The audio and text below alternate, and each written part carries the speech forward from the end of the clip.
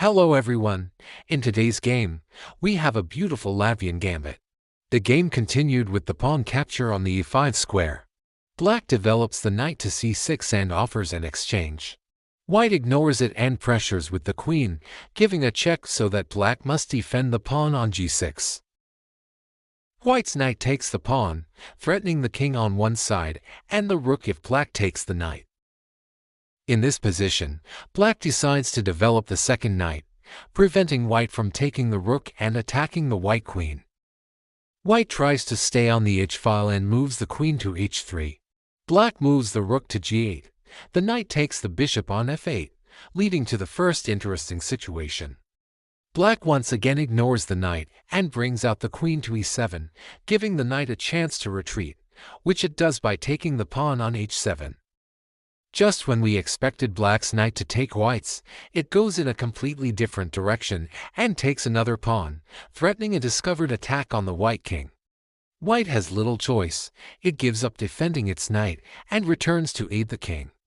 Black continues to pressure with pawn to d5.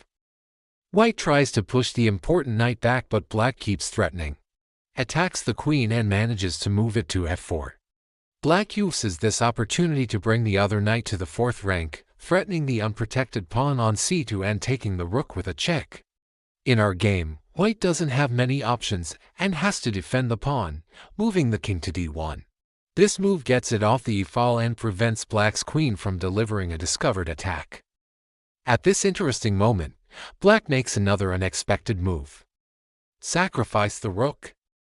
In such a dire position, white couldn't refuse such an offer and takes the rook with its bishop, gaining material advantage, only to be followed by yet another unexpected sacrifice. Can you guess what black played? Yes, it sacrificed the bishop too. Worried about its pieces, white plays pawn to f3, defending the king, attacking the bishop and knight but still allowing the knight to descend to f2. King has nowhere to go but to e2.